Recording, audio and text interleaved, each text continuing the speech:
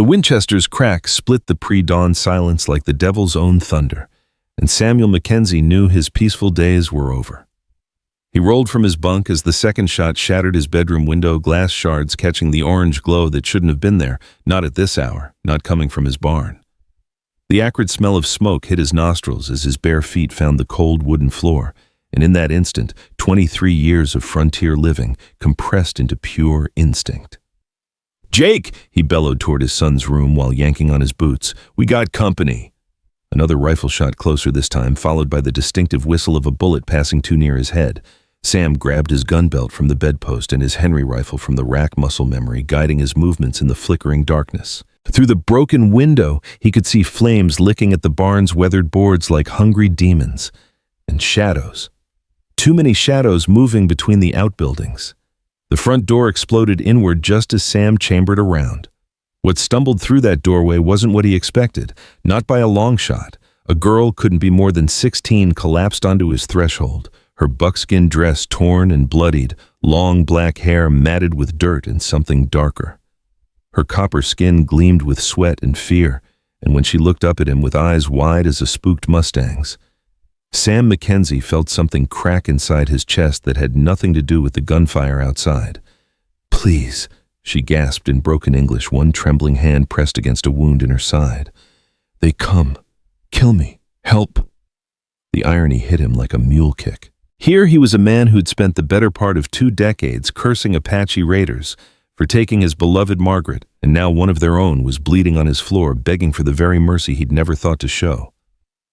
"Jesus Christ," he muttered, but his hands were already moving, setting down his rifle to kneel beside her. Up close he could see she was just a child younger than his own, Jake had been when Margaret died. "Who's after you, girl? Bad men," she whispered, her English stilted but clear enough. "Take me from family. Use me. I escape. They follow." Her dark eyes fixed on his with desperate intensity. "You help, please." Before Sam could answer, Jake burst from his room, suspenders hanging loose over his Union suit, Colt .45 in hand.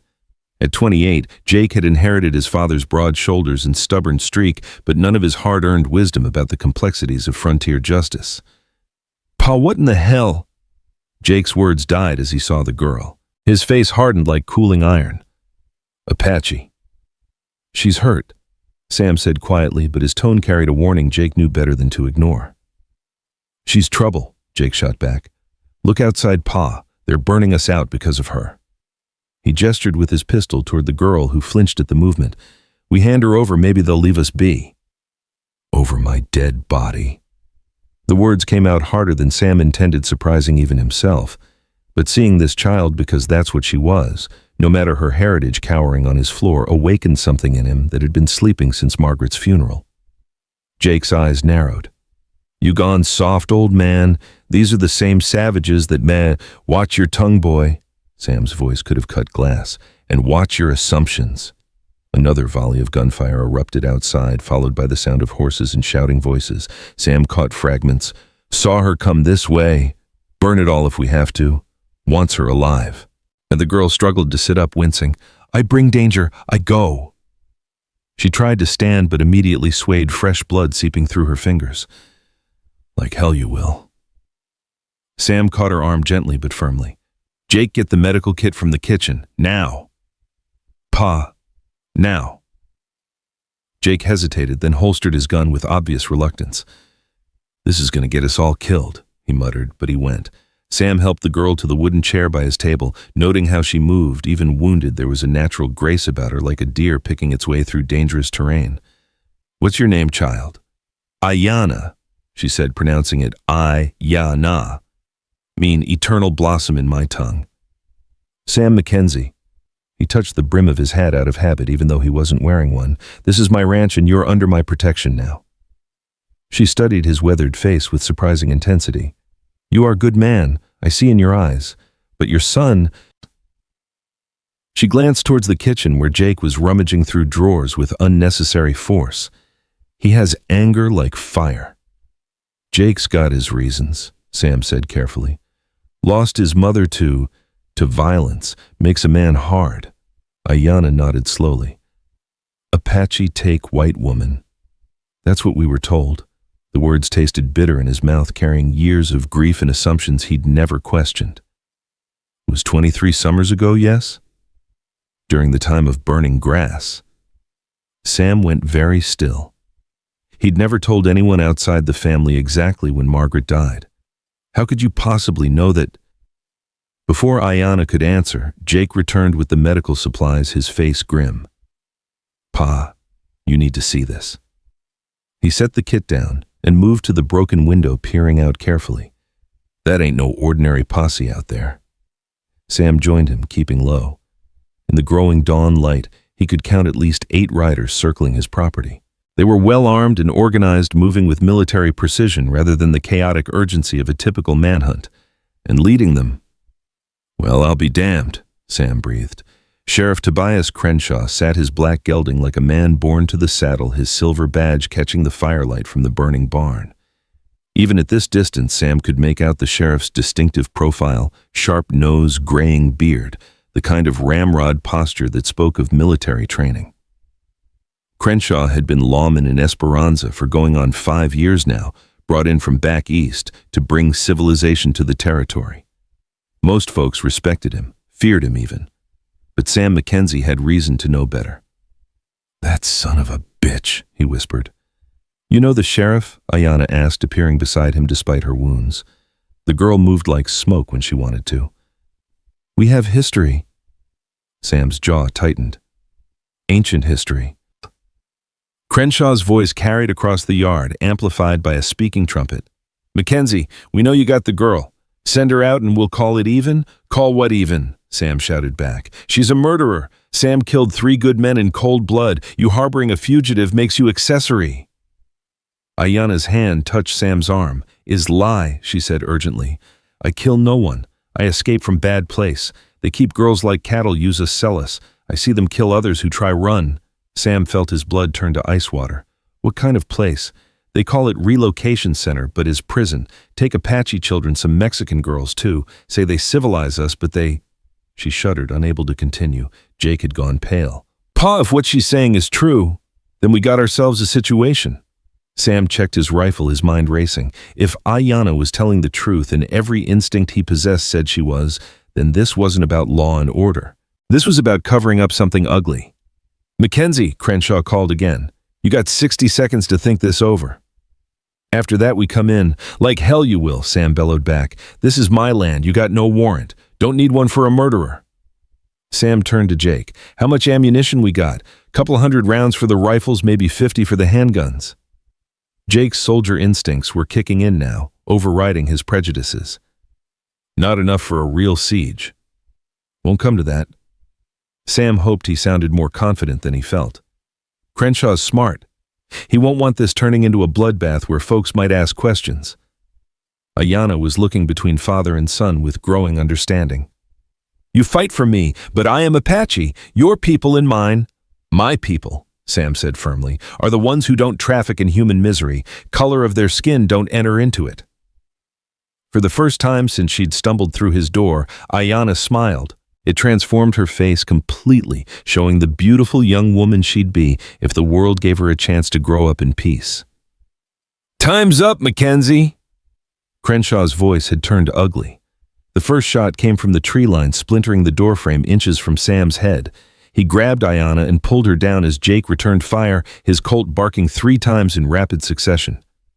Back door, Sam ordered. We're sitting ducks in here. They moved in a crouch through the kitchen and out onto the covered porch that faced the corral. Sam's buckskin gelding patch was still there, snorting nervously at the smell of smoke and gunpowder. The other horses had bolted when the shooting started. Can you ride? Sam asked Ayanna. She nodded, then winced as the movement pulled at her wound. I ride before I walk. Jake, saddle patch and your mare. We're making for the canyon. Pa, we can hold them off from here. This is our home. Home ain't worth dying for if you can't live to enjoy it. Sam chambered another round as bullets whined past their position. Besides, something about this whole situation stinks worse than a dead skunk in August. As Jake worked with the horses, Sam kept up covering fire, trying to count muzzle flashes and estimate their attackers' positions. What he saw didn't make sense. These men weren't deploying like lawmen pursuing a fugitive. They were moving like soldiers, taking a position they intended to hold. "They're not just here for the girl," he called to Jake. "They're here to stay." "What do you mean?" Before Sam could answer, a new voice joined the chorus outside, one that made his blood run cold. "Well, well, Sergeant McKenzie, fancy meeting you way out here." Sam's hands went numb around his rifle. He knew that voice, had heard it in his nightmares for 23 years. "Marcus," he whispered. "Who?" Jake demanded, leading the saddled horses closer. "Marcus Delacroix, French-Canadian bounty hunter." Sam's voice sounded strange in his own ears. "Last time I saw him, he was collecting Confederate gold while leaving my unit to die." The implications hit Jake like a physical blow. "He's the one who abandoned us at Devil's Canyon, if what?" Sam's grief and rage were boiling up like a geyser, threatening to cloud his judgment when he needed it most. "The reason your mother died." Ayanna looked confused. "How does old battle cause mother's death?" Sam forced himself to focus on the present danger, but the memories were clawing at him now. "I was supposed to be home 3 days earlier. Delacroix sold us out to Confederate raiders, left us pinned down while he rode off with their payroll. By the time I fought my way out and got home..." He stopped, unable to finish. "The Apache who killed her," Jake said quietly. "They weren't really Apache, were they?" Sam shook his head. "White men, dressed like Indians to cover their tracks. Margaret, she fought them, died protecting you boys." His voice broke slightly. "If I'd been there..." "You couldn't have known," Ayanna said softly. "Evil men, they hide behind lies, make others hate instead of them." Her simple wisdom cut through his anguish like a blade. She was right, of course. He'd been carrying guilt and hatred for the wrong enemy all these years. Delacroix's laughter echoed across the yard. "Still brooding over ancient history, Sam. You always were too sentimental for this business." "What business?" Sam shouted back. "What the hell is this really about?" "Progress, my friend, civilization. These cattle ranches are blocking development of a very profitable enterprise. Your land specifically sits right on top of a silver vein that certain interested parties would like to exploit." The pieces were falling into place now, creating a picture that made Sam's stomach turn. The trafficking operation. The fake Apache raids, the land grabs, it's all connected. Jake's face had gone white with understanding. They've been running a systematic operation, kill the ranchers or drive them off, blame it on Indian troubles, then swoop in and buy the land for pennies on the dollar. And Sheriff Crenshaw's been helping them, Sam added grimly. Providing legal cover, faking investigations. Ayanna nodded urgently. "Yes, I hear them talk at Bad Place. They bring many girls there but also plan for more land. Say this ranch is, how you say, key piece. Keystone," Jake supplied. "They need our water rights to make the mining operation profitable." Which means, Sam realized with growing dread, they can't afford to let any of us walk away from this.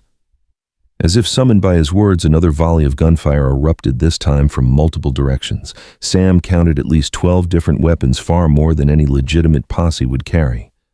"Time to go," he decided. "Jake, help her up on Patch. I'll cover you." "What about you?" Jake demanded. "I'll follow on foot. Know these canyons better than they do." Ayanna struggled to mount the gelding, her wound clearly paining her. "I slow you down. Leave me." "Not happening." Sam's tone brooked no argument. "Jake, get her to Doc Hartwell in town. Tell Elizabeth what we've learned." "Doc Hartwell?" Ayanna looked surprised. "The healing woman, she helped people like me before." Sam and Jake exchanged glances. "What do you mean?" Sam asked. "She have place, secret place. Help girls who escape from bad men. I know others who find safety with her." Another piece of the puzzle clicked into place. Elizabeth Hartwell had been Esperanza's doctor for 8 years, coming west after her husband died in the war. She was competent, caring, and fiercely independent qualities Sam had long admired from a respectful distance. He'd never imagined she might be running something like an underground railroad for trafficking victims. "All the more reason to get you to her," he said. "Jake, I'm not leaving you here alone to face this." "That's an order, soldier."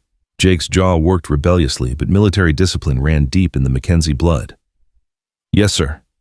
The shooting intensified, bullets pocking the adobe walls of the house and splintering the wooden posts of the porch. Sam could hear men moving closer, their boots crunching on the gravel of his yard. "Go now."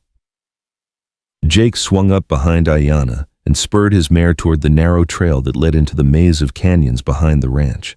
Sam laid down covering fire, his Henry rifle speaking with deadly precision. He heard at least one man cry out, saw another dive for cover behind the water trough, but there were too many of them, and they were closing in. Sam was just turning to follow when a rifle cracked from an unexpected direction the roof of his own house. Splinters exploded from the porch rail inches from his head, and he realized with sick certainty that someone had flanked them while he was focused on the frontal assault. He spun, bringing his rifle up, but froze when he saw who was aiming down at him. Sheriff Tobias Crenshaw stood silhouetted against the lightening sky, his Winchester trained on Sam's chest. Up close, Sam could see the man's face clearly for the first time in years, and the shock nearly cost him his life. "Hello, Samuel," Crenshaw said with mock cordiality. "Been a long time." "Colonel Crenshaw," Sam's voice was flat, emotionless. "Or should I say Major Crenshaw, hard to keep track of your rank after the court-martial." Crenshaw's smile was cold as winter moonlight. "Oh, I think Sheriff will do just fine. Amazing how a change of venue and a few forged documents can rehabilitate a man's reputation." "Rehabilitation implies redemption. You're still the same coward who left 30 good men to die rather than risk his own neck." "I prefer pragmatist." Crenshaw's finger tightened on the trigger. "Those men were expendable. I had a larger mission to consider." "Lining your own pockets, you mean? Building a future. This territory is going to be rich beyond imagination, Samuel. Silver, copper, oil, all of it just waiting for men with vision to claim it. Your problem is you never could see the bigger picture."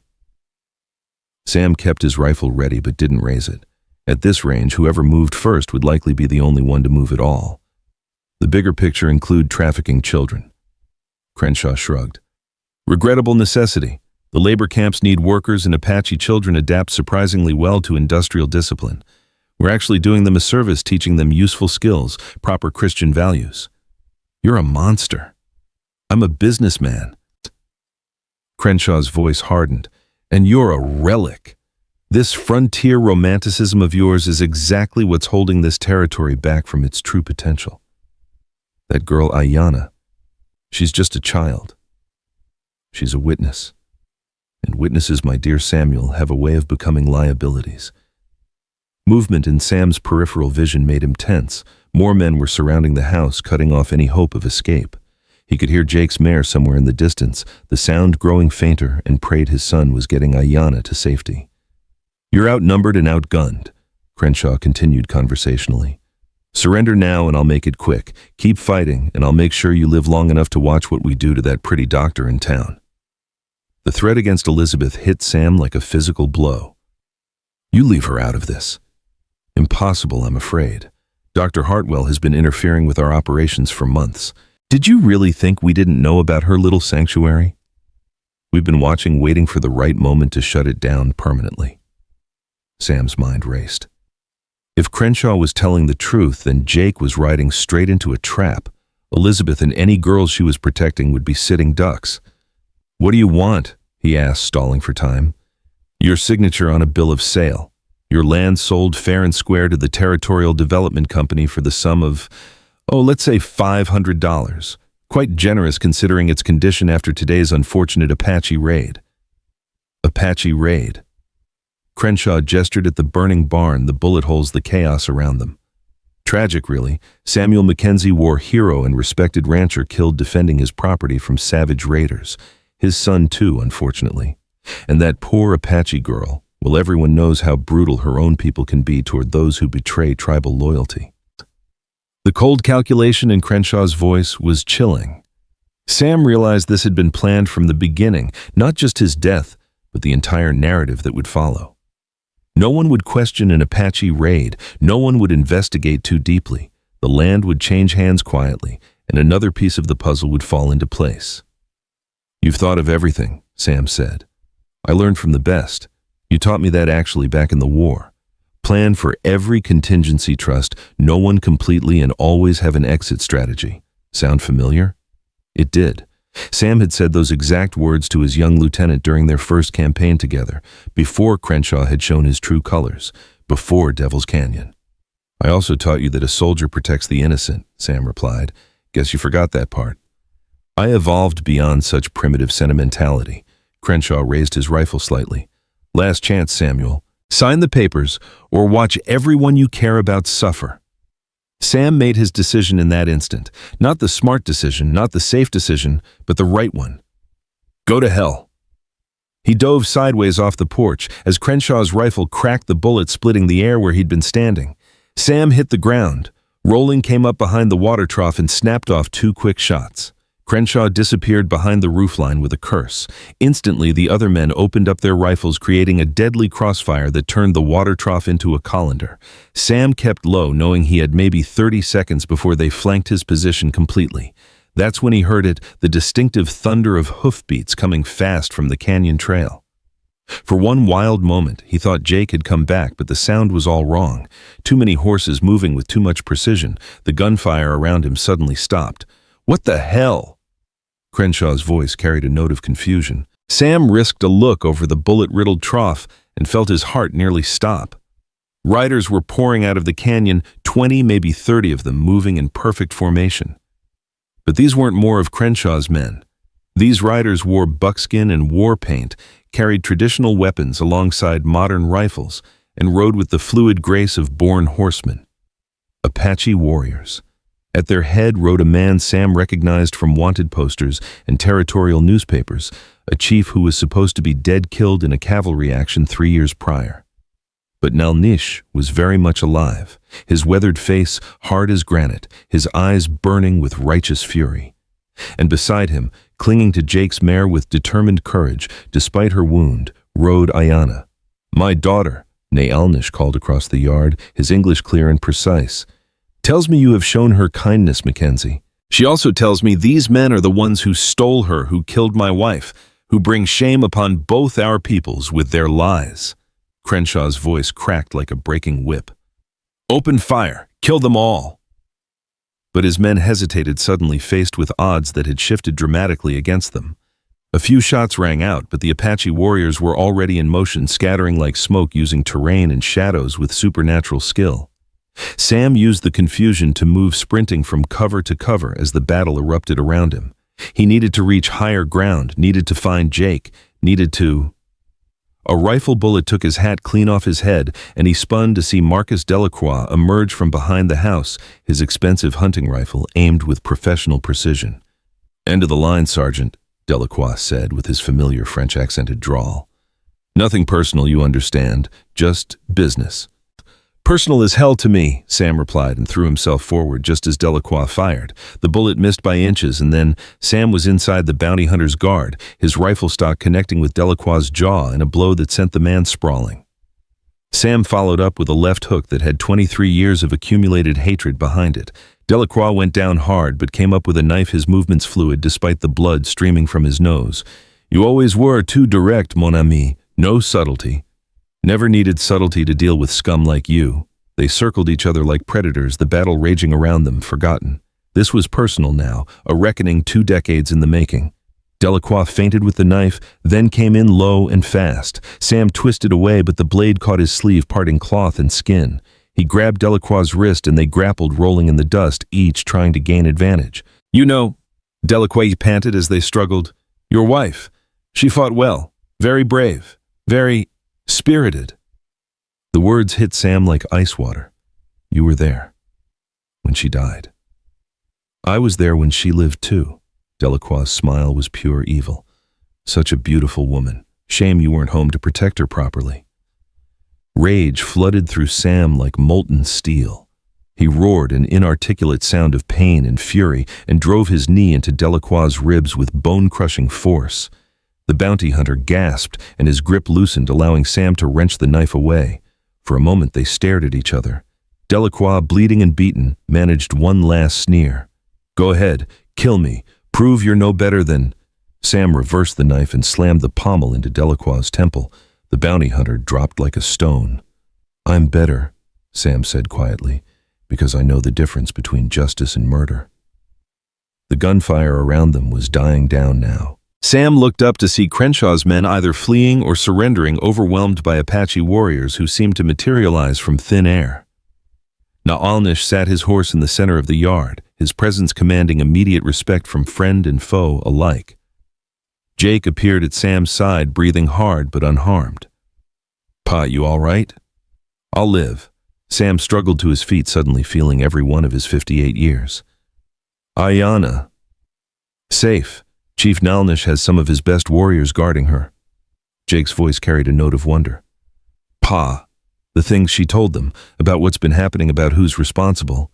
Justice comes slowly to this territory, Nalnish said, approaching them with measured steps. But it comes nonetheless. My daughter speaks truth about your courage, Mackenzie. You have honored both our peoples this day. Sam looked around at the destruction, his barn reduced to smoking timber, his house riddled with bullet holes, his peaceful life shattered beyond repair. But somehow he felt lighter than he had in years. What happens now? He asked.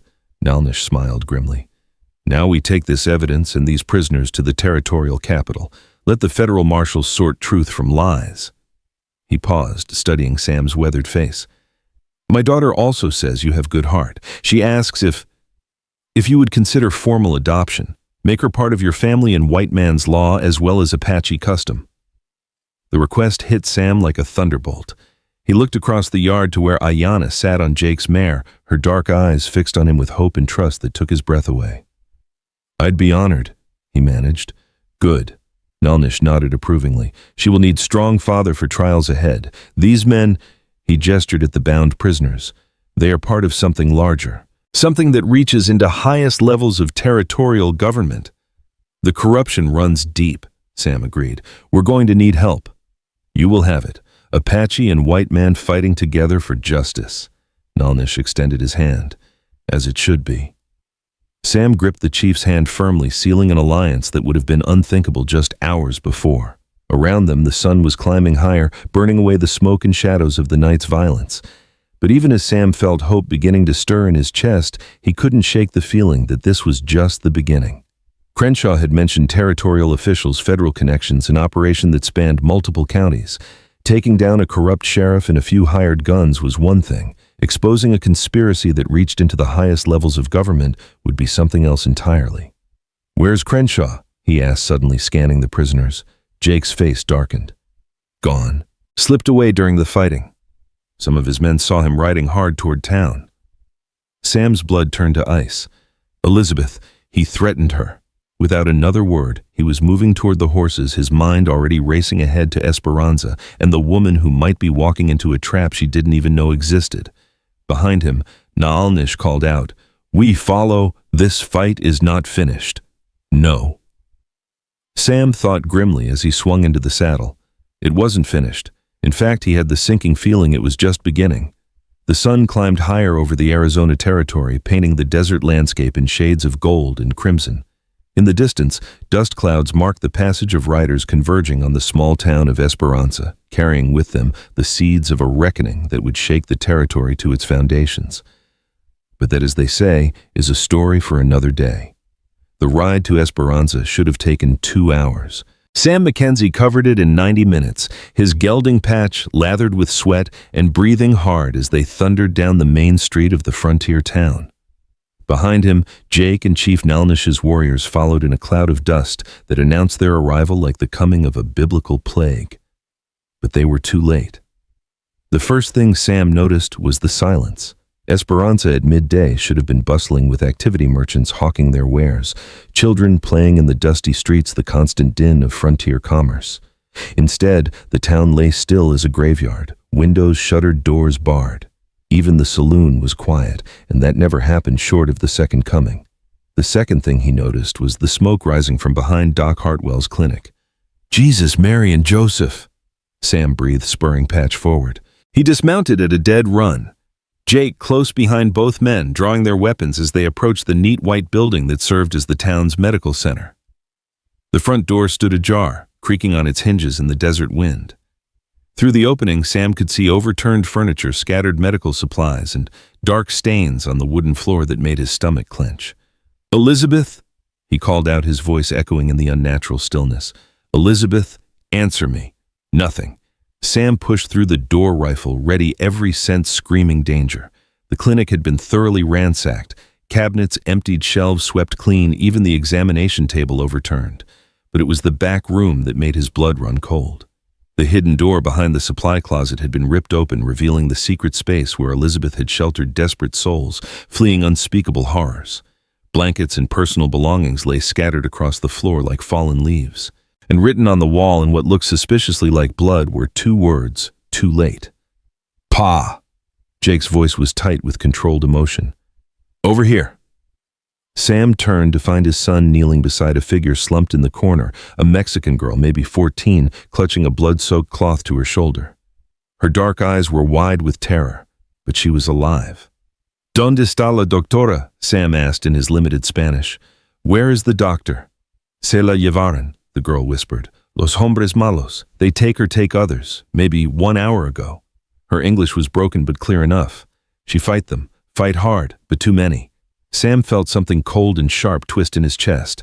Elizabeth Hartwell was one of the strongest women he'd ever known, had to be to survive as a single female doctor on the frontier. But courage only went so far against overwhelming odds.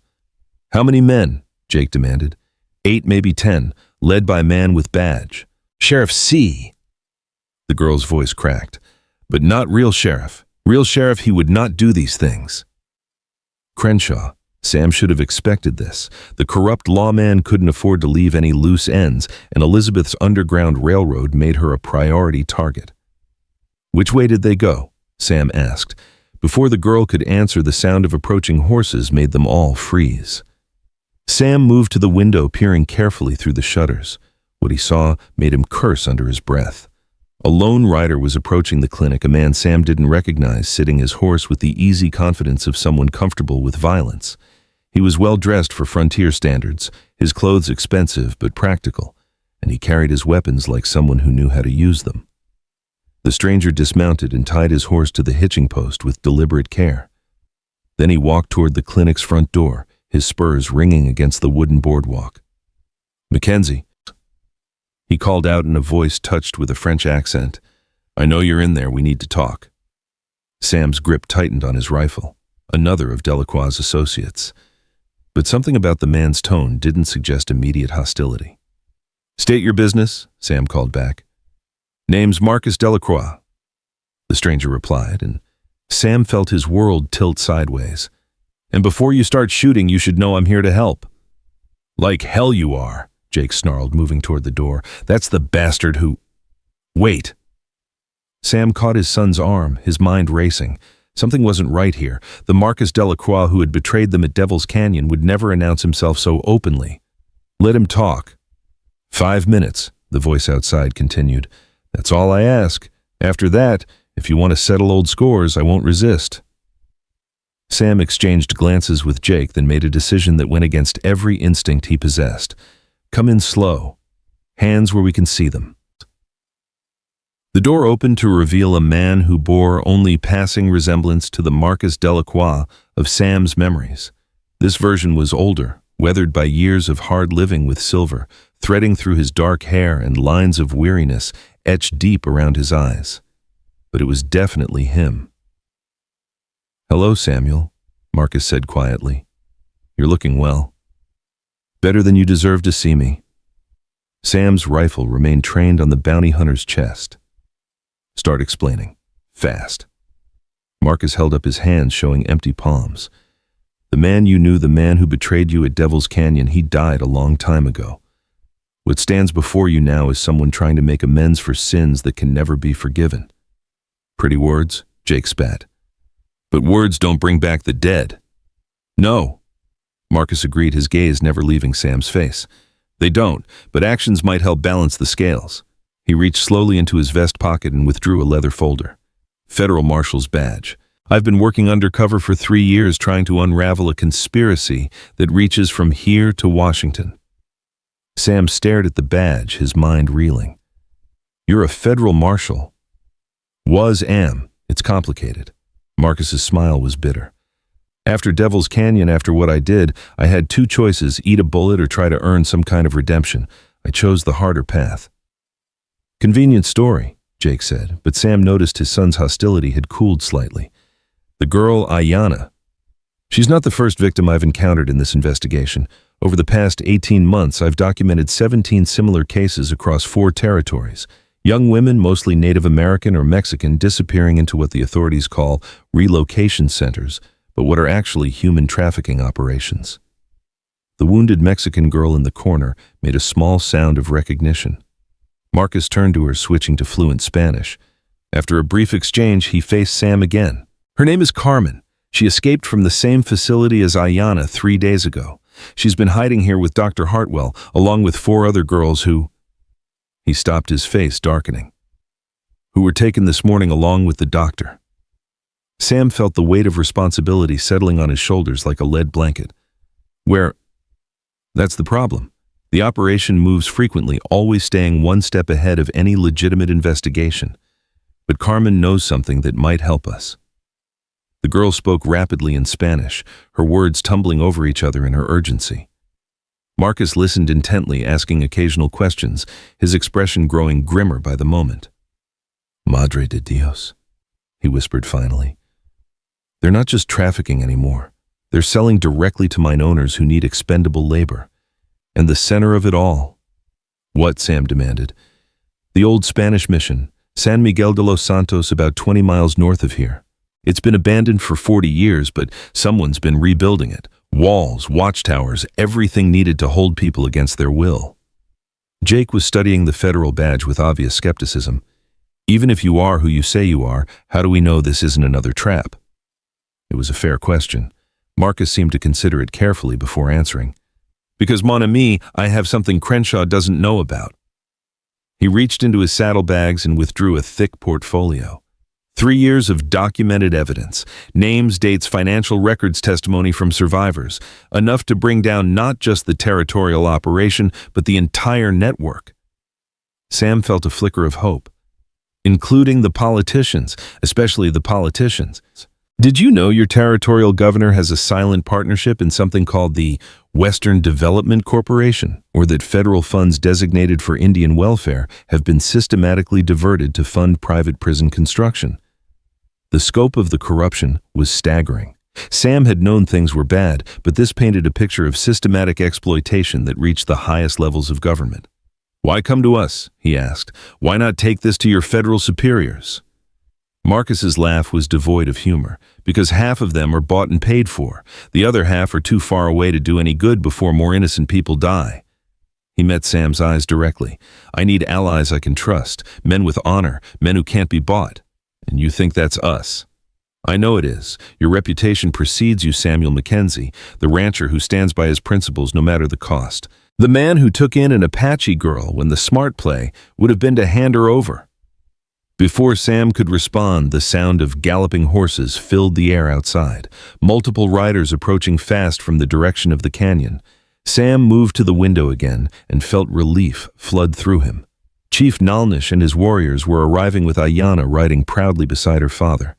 But they weren't alone. Following behind them came a sight that made Sam rub his eyes in disbelief. Dr. Elizabeth Hartwell sat her horse with the ramrod straight posture of someone who'd spent years dealing with frontier adversity. Her medical bag was slung across her shoulder, her graying hair was pulled back in a severe bun, and her green eyes blazed with the kind of righteous fury that could melt steel at 50 paces. She was alive, she was free, and she looked madder than a wet cat. Well, I'll be damned, Sam breathed. Elizabeth dismounted and strode toward the clinic with the purposeful gait of a woman on a mission. She pushed through the door without ceremony, took one look at the ransacked room, and fixed Sam with a stare that could have frozen the Rio Grande. Samuel McKenzie, she said in her crisp Boston accent, we need to talk. Elizabeth, thank God you're safe. Hardly. She moved to examine the wounded Carmen with professional efficiency. Rescued, yes. Safe not by a long shot. She glanced at Marcus with obvious recognition. Mr. Delacroix, I was wondering when you'd reveal yourself. You know him? Jake asked, clearly confused. He's been one of my most reliable contacts for the past year. Elizabeth replied, cleaning Carmen's wound with practiced movements. Providing information about trafficking routes, helping coordinate rescues, though I must say your timing could have been better this morning. Marcus had the grace to look embarrassed. I was tracking Crenshaw's movements, trying to gather evidence. I didn't realize he'd moved against you so quickly. Water under the bridge. Elizabeth's tone was brisk, professional. The important thing now is that we've learned something crucial about their operation. She paused in her ministrations to look at each of them in turn. They didn't just take the girls from my sanctuary, they took them to serve as examples. Public execution scheduled for tomorrow night at the mission. They want to send a message to anyone else who might consider interfering with their business. The words hit Sam like a physical blow. Public executions. Dressed up as an Apache raid, of course. They'll torture and kill those poor girls, then claim it was savage retaliation for some imagined slight. The territorial newspapers will eat it up. The federal government will send more troops and the cycle of hatred will continue. Over my dead body, Sam said quietly, but his voice carried the force of absolute conviction. That's exactly what they're counting on, Elizabeth replied. You riding in there half-cocked, getting yourself killed and providing them with another propaganda victory. Heroic rancher dies defending civilization from savage Apache brutality. She was right, of course. Sam's every instinct screamed at him to mount up and charge straight for the mission, guns blazing, but that would accomplish nothing except getting more innocent people killed. So what do you suggest? He asked.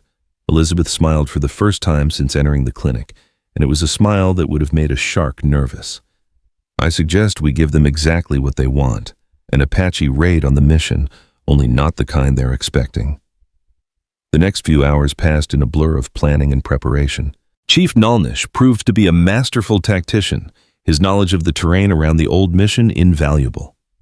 Marcus contributed detailed intelligence about guard positions and patrol schedules. Elizabeth provided medical supplies and insight into the mission's layout from her work treating patients in the area. But it was Ayanna who provided the key insight that would make their plan possible. There is old tunnel, she said, sketching in the dirt with a stick. Spanish priests, they built it long ago, goes from river to mission basement. My grandmother tells stories how Apache hide there during bad times. You're certain it still exists? Marcus asked. Ayanna nodded confidently. Water still flows through it. I explored as child before. She gestured vaguely at her own traumatic experiences. Before bad times come. Sam studied the crude map taking shape in the dirt. It was ambitious, dangerous, and probably suicidal. In other words, it might just work. Timeline, he asked. They'll hold the executions at sunset tomorrow, Elizabeth said. Maximum dramatic effect for any witnesses they've invited. Territorial officials, newspaper reporters, selected military personnel, all there to document the Apache atrocity. Which gives us about 30 hours to get into position, Marcus calculated, assuming we leave at first light. Sam fixed the federal marshal with a steady gaze. This isn't your fight. With respect, mon ami, it became my fight the moment I pinned on this badge. Marcus touched the federal star on his vest. Besides, I have 3 years of evidence that needs to be presented to someone who can't be bought, and the best way to ensure that happens is to keep myself alive long enough to testify. Chief Nalnish spoke for the first time in over an hour. My warriors and I will create diversion, draw guards away from main compound, but timing must be perfect. So it will be, Sam said with more confidence than he felt. What about the girls? Once we get them out, where do we take them? I've already sent word to contacts in California, Elizabeth replied. Safe houses people who can provide new identities, transportation to places where they can start fresh lives. But first we have to get them out alive. Ayanna had been unusually quiet during the planning session. Now she looked up from the map she'd been studying. There is something else. Something bad I not tell before. Everyone turned to her, sensing the gravity in her tone. At mission, they not just keep girls for work. They use for... She struggled with the English words, then switched to Apache. Nalnish's face darkened as he listened, then he translated with obvious reluctance. She says they use the girls for medical experiments, testing diseases, primitive surgeries, things that... He stopped, unable to continue. Dear God, Elizabeth whispered, her face pale. Marcus was nodding grimly. I've heard rumors. Territorial officials claiming they're trying to improve the savage races through medical intervention. But what they're really doing is using captive populations as test subjects for procedures they'd never attempt on white patients. The revelation added new urgency to their mission. This wasn't just about rescuing kidnapping victims anymore. This was about stopping crimes against humanity. How many girls are we talking about? Sam asked. At least 20, Marcus replied. Maybe more. And that's just the current population. Over the past year, dozens have simply disappeared. The weight of all those lost lives settled over the group like a shroud. Sam found himself thinking about his own daughter, the one he'd never had, but might have if Margaret had lived. Would he have wanted someone to take risks like this for her?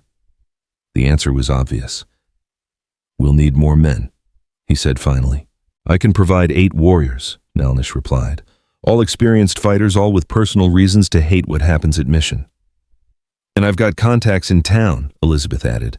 "Men who've lost family members to the trafficking operation. They'll fight." "That gives us maybe 15 people against a fortified position held by at least 30, Marcus calculated. "Not great odds." "We don't need great odds," Sam said quietly. "We just need to be right." As the sun began to set over the Arizona territory, casting long shadows across the desert landscape, the unlikely alliance finalized their plans. They would strike at sunset the following day, using stealth and surprise to overcome superior numbers. It was desperate, dangerous, and their chances of success were slim. But for the first time since this nightmare began, Sam McKenzie felt something approaching hope.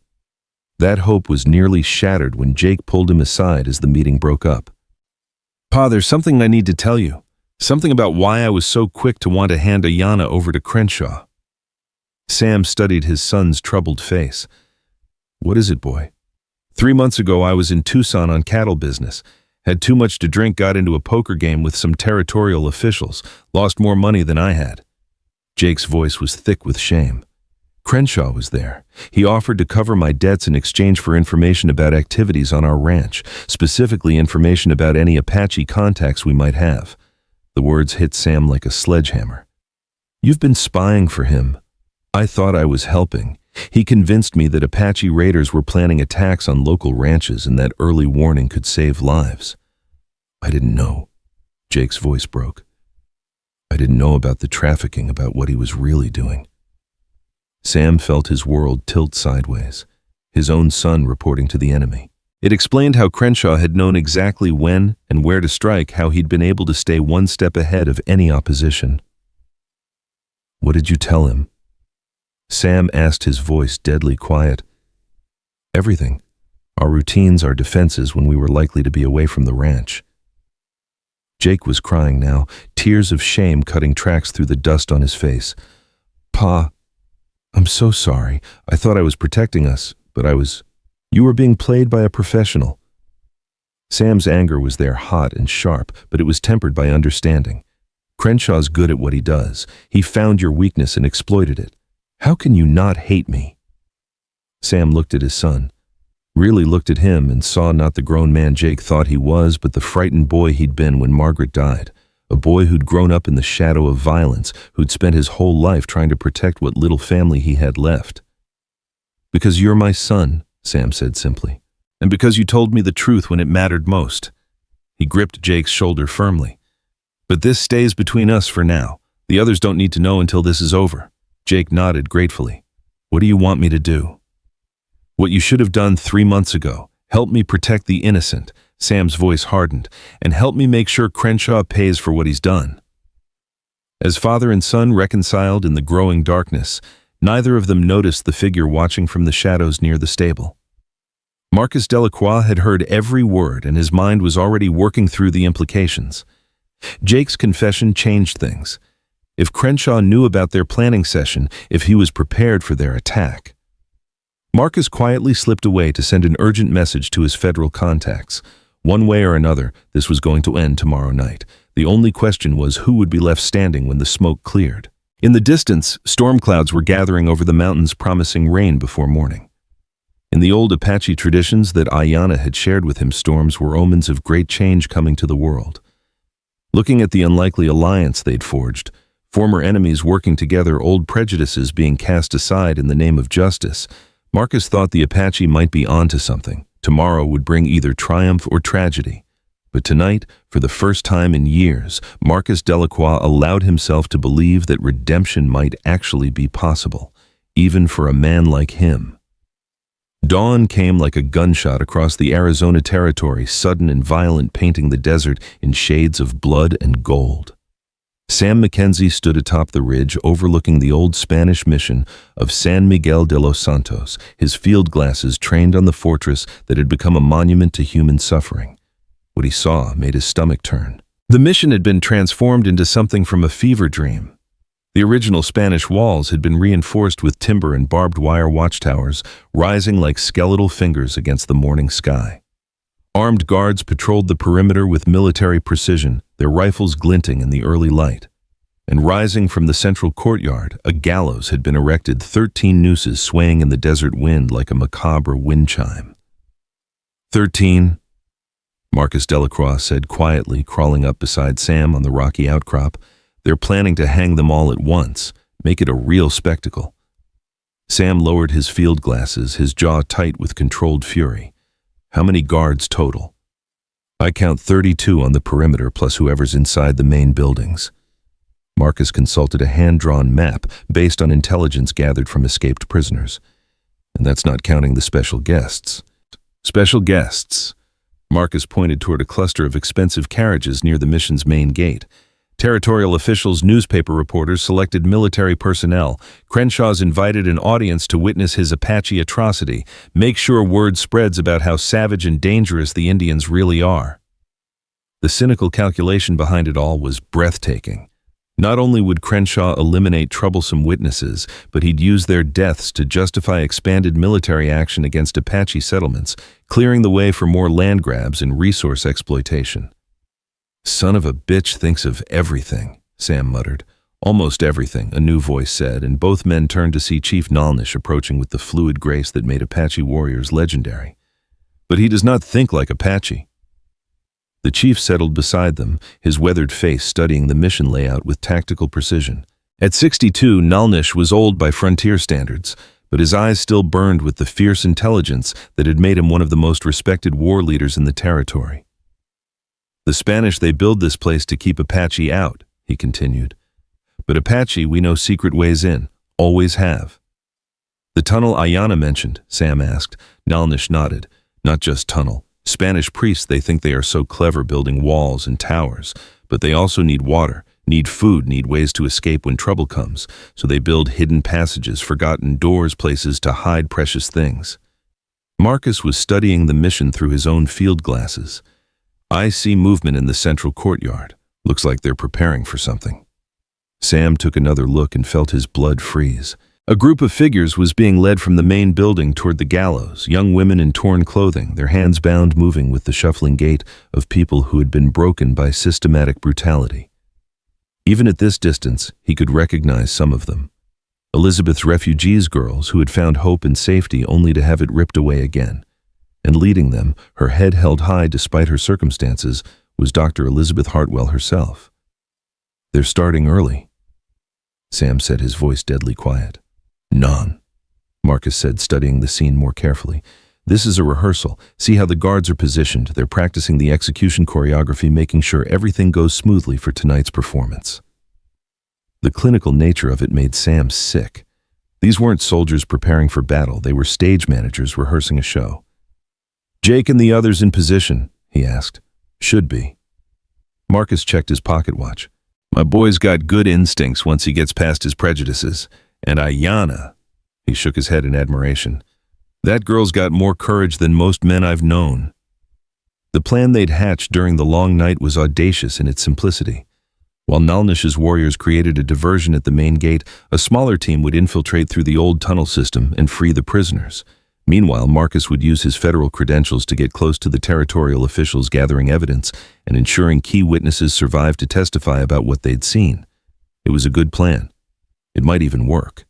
But Sam had been a soldier long enough to know that no plan survived first contact with the enemy. Movement on the south wall, Nalnish observed. Someone's coming. Sam swung his field glasses toward the indicated area and cursed under his breath. A lone rider was approaching the mission, a woman on a paint horse riding hard from the direction of Esperanza. Who the hell is that? Marcus demanded. Sam adjusted the focus on his glasses and felt his heart skip a beat. It's Carmen, the girl who was shot at Elizabeth's clinic. Even from this distance, he could see the determination in the young woman's posture as she rode straight toward the heavily guarded gate. She was either incredibly brave or completely insane. "What's she doing?" Marcus asked. Before anyone could answer, the sound of gunfire erupted from the mission. But it wasn't the disciplined volleys of execution, it was the ragged pop-pop-pop of a firefight. "Madre de Dios," Marcus breathed. "She's not surrendering, she's attacking." Carmen had dismounted about 50 yards from the gate and taken cover behind a rocky outcrop. From there she was laying down surprisingly accurate rifle fire, forcing the guards to scatter for cover. It was suicide, but it was also brilliant, a single target drawing attention away from other potential threats. "That's our cue," Sam said, starting to withdraw from the ridge. "She's given us the diversion we need." "Wait." Nalnish caught his arm. "There is more." Sam looked back through the glasses and saw what the chief meant. The guards weren't just taking cover, they were organizing a response with military efficiency. And leading that response was a figure Sam recognized all too well. Sheriff Tobias Crenshaw had emerged from the main building, bellowing orders and gesturing toward Carmen's position. Even at this distance, Sam could see the cold calculation in the man's movements. This wasn't panic, it was opportunity. He's going to capture her, Sam realized. Use her as an example for tonight's show. "Then we move now," Marcus said, checking his weapons, "before he can consolidate his position." The three men made their way down the rocky slope toward the hidden entrance Ayanna had described. According to her intelligence, the tunnel mouth was concealed behind a jumble of boulders near the mission's eastern wall, almost invisible unless you knew exactly where to look. They found it exactly where she'd said it would be, a narrow opening barely wide enough for a man to squeeze through, hidden behind centuries of accumulated rock and debris. Water trickled from the entrance, evidence that the old Spanish aqueduct system was still partially functional. "I go first," Nalnish said, but Sam shook his head. "My responsibility, my people in there." "Our people," the chief corrected gently. "Ayanna is Apache. Elizabeth heals all who come to her. This fight belongs to all of us." The truth of it hit Sam like a revelation. Somewhere along the way, the lines between us and them had blurred beyond recognition. They weren't fighting as white men or Apache or anything else. They were fighting as human beings against those who had forgotten what that meant. Sam squeezed into the tunnel first, his rifle held ahead of him, every sense alert for danger. The passage was older than the mission itself, carved from living rock by Spanish engineers who had understood that survival sometimes required hidden pathways. Behind him, he could hear Marcus and Nalnish following their breathing, echoing strangely in the confined space. The tunnel angled downward, following the natural flow of an underground spring, and Sam found himself thinking about the men who had built this place centuries ago.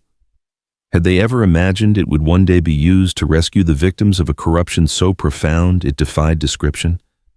After what felt like hours but was probably only minutes, Sam saw light ahead, not the harsh glare of desert sun, but the softer illumination of interior spaces.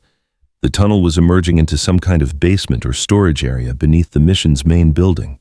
Sam paused at the tunnel mouth, listening carefully. Voices echoed from somewhere above, guards discussing the situation outside, arguing about response tactics. He caught fragments. Just one girl. Could be a diversion? Should we move the prisoners? Perfect. Confusion and uncertainty were the infiltrators' best friends. Sam emerged from the tunnel into what had once been the mission's wine cellar. Stone walls stretched away into darkness, lined with empty wooden barrels that spoke of more peaceful times. A narrow staircase led upward toward the main building, and from above came the sound of boots on wooden floors. Marcus appeared beside him, followed by Nalnish. The Apache chief moved like a ghost. Despite his age, his every step calculated to avoid noise. "Which way?" Marcus whispered. Sam consulted the rough map they'd drawn based on Ayanna's memories and Elizabeth's knowledge of mission architecture. Prisoners should be in the old chapel, north wall, ground floor. They moved through the basement like shadows, following corridors that hadn't seen human traffic in decades. The Spanish had built, well, the walls were solid stone, the floors worn smooth by centuries of use. But they had also built with secrets in mind, and those secrets were serving a new purpose now. The staircase they found led to a wooden door reinforced with iron bands. Sam tested it carefully and found it unlocked. Apparently security hadn't been a priority for the basement levels. The door opened onto a corridor that ran along the mission's interior courtyard. Through windows set high in the walls, Sam could see the gallows they'd observed from the ridge, the ropes swaying gently in the morning breeze. But it was the sounds coming from the far end of the corridor that made his blood run cold. the distinctive crack of a whip followed by a woman's cry of pain. "This way," he said grimly and started toward the sound. They found the chapel exactly where it should have been, its heavy wooden doors standing slightly ajar. Through the gap, Sam could see what the sacred space had been turned into a torture chamber where human dignity went to die. The prisoners were chained to the walls like livestock, their clothes torn, their faces bearing the marks of systematic abuse. And standing over them with a bullwhip in his hand was a man Sam had hoped never to see again. "Señor Vasquez." Marcus breathed, his voice tight with old hatred. The man wielding the whip was thin and elegant, dressed in expensive clothes that somehow remained spotless despite his ugly work. His face was aristocratic, almost refined, but his eyes held the cold emptiness of a predator that had long since stopped thinking of its prey as human. "Miguel Vasquez," Marcus continued in a whisper, "Mexican aristocrat turned slaver. I've been hunting him for 2 years." Vasquez was speaking to his victims in cultured Spanish, his voice carrying the false courtesy of a man who took pleasure in others' pain. "Now, señoritas, we are going to rehearse your final performance.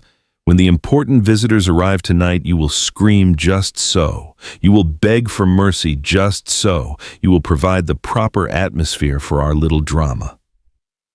Elizabeth Hartwell, chained near the altar that had once celebrated life, raised her head defiantly. "Go to hell, you bastard." Vasquez smiled and raised the whip again. "Such spirit, it will make your death so much more entertaining." That was enough for Sam. He kicked open the chapel doors and stepped inside, his rifle trained on Vasquez's chest. "Step away from the lady," he said quietly. Vasquez turned with unhurried grace, his hand moving toward the pistol at his belt. "Ah, the famous Samuel McKenzie, you are earlier than expected." "Hands where I can see them." "Of course."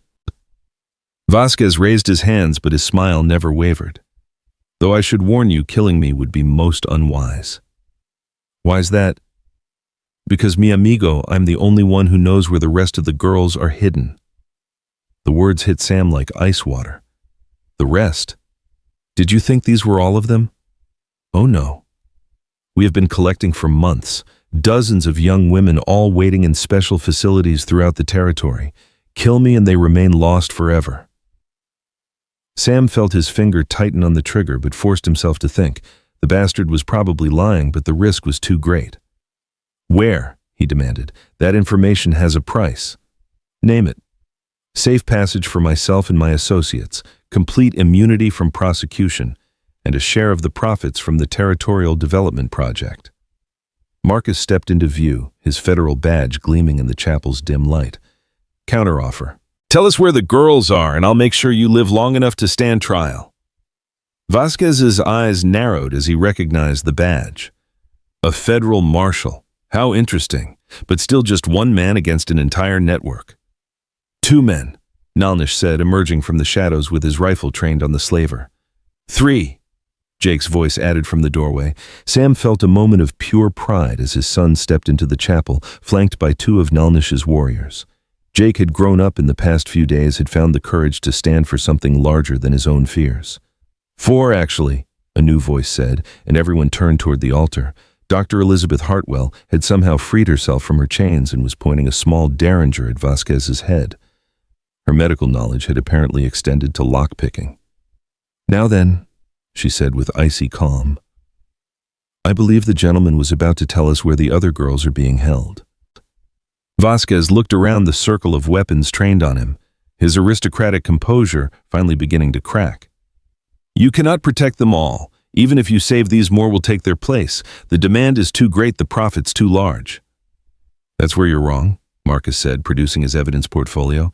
3 years of documentation, names, dates, financial records, testimony from survivors, enough to bring down the entire network from here to Washington. For the first time, real fear flickered in Vasquez's eyes. "You are bluffing." Would you like to see Governor Harrison's signature on the development contracts, or perhaps Senator Morrison's personal correspondence about his investment in the prison labor system?" The slaver's face went pale. "Impossible. Those documents are in a federal evidence vault in Denver with copies in 3 other cities." Marcus smiled coldly. Did you really think a federal investigation would keep all its evidence in one place? Before Vasquez could respond, the sound of gunfire erupted from outside the chapel. Not the single rifle shots they'd heard earlier, but a full-scale battle. Shouting voices, running feet, the distinctive crack of military weapons. "What the hell?" Sam demanded. Jake moved to one of the high windows and peered out. "Cavalry," he reported. "2 full troops coming in from the west, and they're not here to help Crenshaw." Through the window, Sam could see blue uniforms advancing in formation, their Springfield rifles at the ready. Leading them was an officer whose bearing suggested considerable rank. "Colonel James Mitchell," Marcus said, following Sam's gaze. "Federal cavalry, and one of the few high-ranking officers I know isn't on Crenshaw's payroll." The pieces were clicking into place. The federal investigation had been broader than Sam had realized, involving multiple agencies and jurisdictions. This morning's events weren't just a rescue mission, they were the culmination of a carefully orchestrated takedown. "You planned this," Sam said to Marcus. "I planned for it. There's a difference." The federal marshal was already moving toward the chapel's side door. "The cavalry will secure the perimeter and arrest anyone who resists. Our job is to get the prisoners to safety before Crenshaw decides to start killing hostages." But as they began freeing the chained women, a new complication emerged. Carmen, the brave girl who had single-handedly created their diversion, came stumbling into the chapel with blood streaming from a head wound. "They have Ayanna," she gasped. "Crenshaw, he take her. Say he will trade her life for safe passage." Sam felt his world tilt sideways. In all their planning, they had never considered that Crenshaw might use Ayanna as a human shield. "Where?" he demanded. "Bell tower, top of mission. He has rifle good position. Says he will shoot her if anyone comes close." Through the chapel windows, they could see the federal cavalry advancing on the mission's main buildings, but their approach was methodical, careful. If Crenshaw had a hostage, especially one as symbolically important as Ayanna, the situation became exponentially more complicated. "We need to get up there," Sam said. "It's suicide," Jake protested. "That tower's got perfect fields of fire in all directions." "Then we don't go up, we go across." Sam was studying the mission's architecture with new eyes, seeing possibilities that hadn't occurred to him before. The bell tower was connected to the main building by a series of rooftop walkways paths that might be accessible from the interior. "The Spanish built this place to be defended," he explained. "That means internal routes between all the major positions. If we can get to the main building's upper level, we can cross to the tower without exposing ourselves to ground fire," Marcus finished. "Brilliant." Nalnish was nodding approvingly. "You think like Apache now. Use enemy's strength against him." They left Elizabeth and the other freed prisoners under the protection of Jake and the Apache warriors, with instructions to hold the chapel until the cavalry could reach them. Then Sam, Marcus, and Nalnish began working their way through the mission's interior toward the main building. The Spanish architects had indeed built well. Hidden staircases led to upper levels, and from there a covered walkway provided access to the bell tower. But as they climbed higher, the sounds of battle grew more intense below. Crenshaw's men were putting up fierce resistance, turning the mission courtyard into a killing field. The federal cavalry was professional and disciplined, but they were advancing against prepared positions held by desperate men with nothing to lose. "This is taking too long," Sam muttered as they reached the upper level of the main building. Through a window he could see the bell tower rising another 30 feet above them, and silhouetted against the morning sky he could make out 2 figures, a man with a rifle and a young woman whose hands appeared to be bound. "There," Marcus said, pointing toward a narrow walkway that connected the main building to the tower. "But it's completely exposed. Anyone crossing that would be a sitting duck." "Not if they had cover," Nalnish said thoughtfully. Before either man could ask what he meant, the Apache chief was moving toward the walkway with purposeful strides. He reached into his clothing and withdrew something Sam hadn't seen in 20 years. A traditional Apache war club, its stone head wrapped in leather and decorated with eagle feathers. "What are you doing?" Sam called after him. "What I should have done long ago," Nalnish replied. "My daughter has been taken. That makes this a blood debt." And with that, he stepped onto the exposed walkway and began walking calmly toward the bell towers, his war club held, ready, his posture radiating the kind of absolute confidence that made enemies hesitate just long enough to regret it. Sam and Marcus could only watch in amazement as the 62-year-old chief crossed 30 feet of open ground without even trying to take cover. He moved like a man who had already accepted death and therefore had nothing to fear from it. From the tower came Crenshaw's voice, harsh with panic. "Stay back, I'll kill her." Nalnish never slowed down. "You will try." The rifle shot cracked like thunder echoing off the mission walls. But when the smoke cleared, Nalnish was still walking, still closing the distance to the tower. He had missed. At 30 feet with a perfect target, Tobias Crenshaw had somehow missed. "Impossible," Marcus breathed, but Sam understood. He had seen it once before during the war, a phenomenon that Apache warriors called ghost walking. It wasn't supernatural, just psychological. Some men radiated such absolute certainty, such complete commitment to their purpose, that their enemies' hands would shake at the crucial moment. Crenshaw fired again and again. The bullet went wide. Nalnish reached the tower entrance and disappeared inside. "Now," Sam said, and he and Marcus sprinted across the walkway toward whatever was waiting for them in that ancient bell tower. What they found when they reached the top would haunt Sam McKenzie for the rest of his days, not because it was terrible, but because it was perfect. Ayanna stood free, her bonds cut, helping her father tie up a whimpering Tobias Crenshaw with his own rope.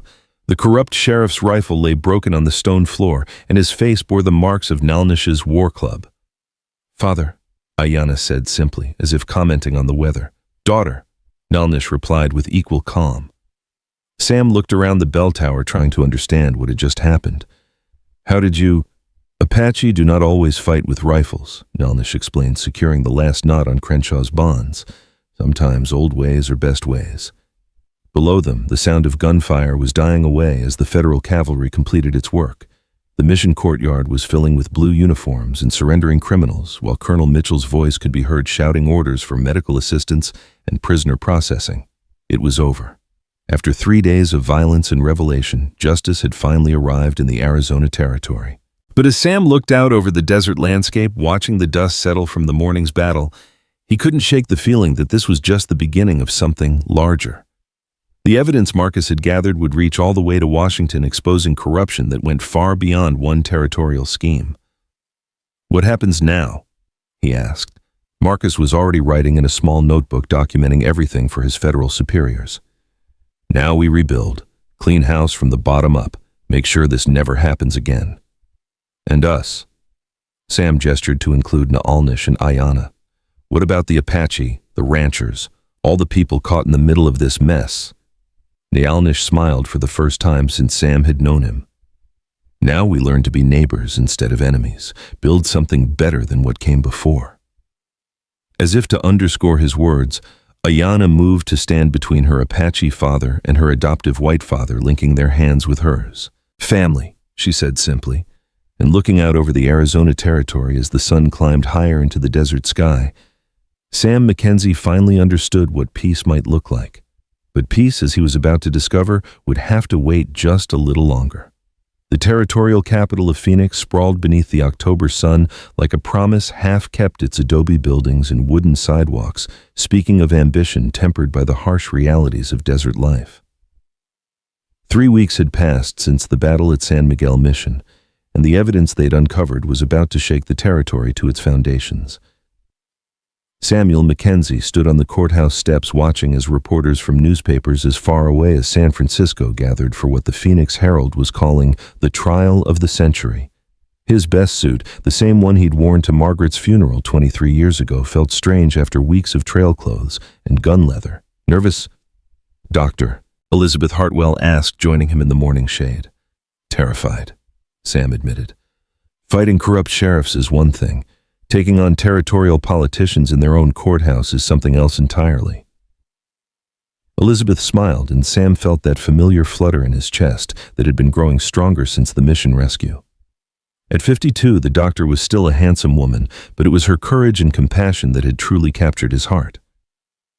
"You'll do fine," she said, adjusting his tie with the easy familiarity that had developed between them. "Just tell the truth. That's all any of us can do." Behind them, the courthouse doors opened to reveal Marcus Delacroix, resplendent in his federal marshal's uniform. 3 weeks of proper food and rest had done wonders for the man's appearance, but his eyes still carried the weight of the secrets he'd uncovered. "The judge is ready," Marcus announced. Federal Judge Harrison Blackwood brought in special from Colorado. Reputation for fairness and an absolute hatred of corruption.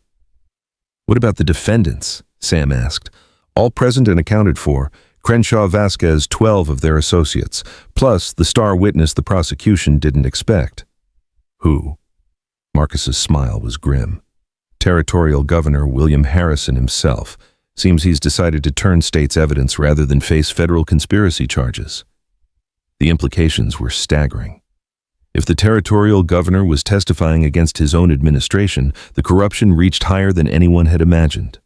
They made their way into the packed courtroom, where Sam was amazed to see the diverse crowd that had gathered.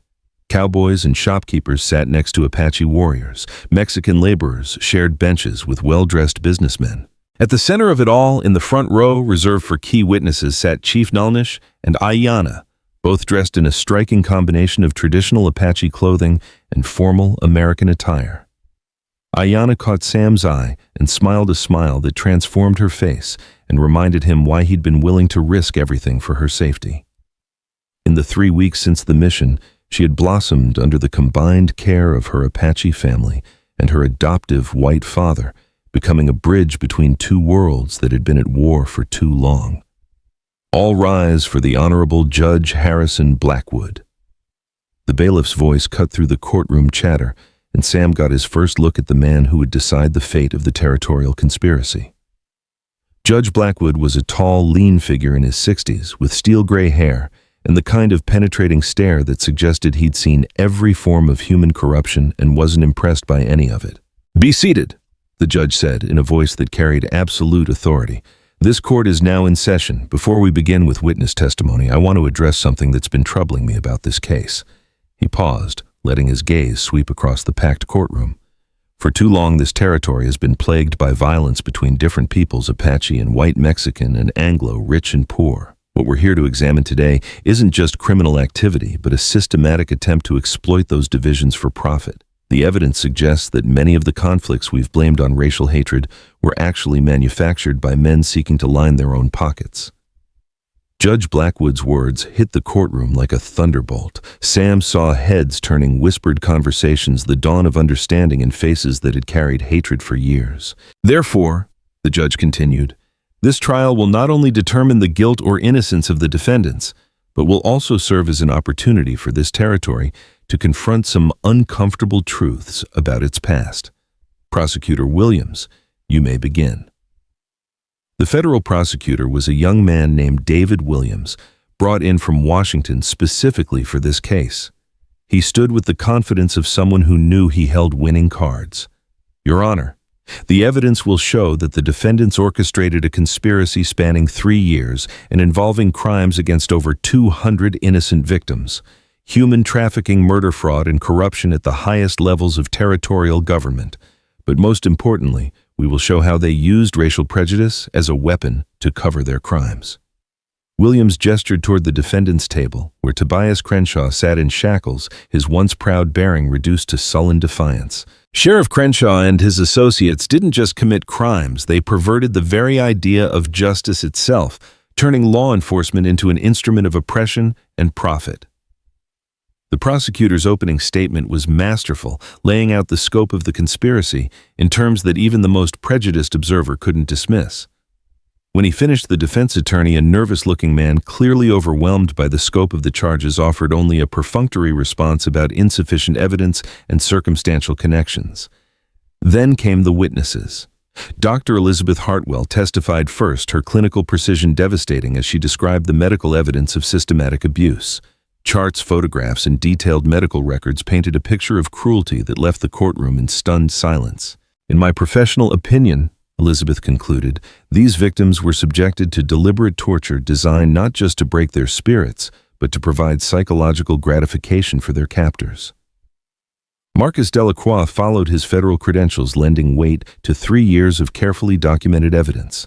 Financial records, correspondence, witness statements, piece by piece. He assembled a mosaic of corruption that reached from the territorial capital to Washington, D.C.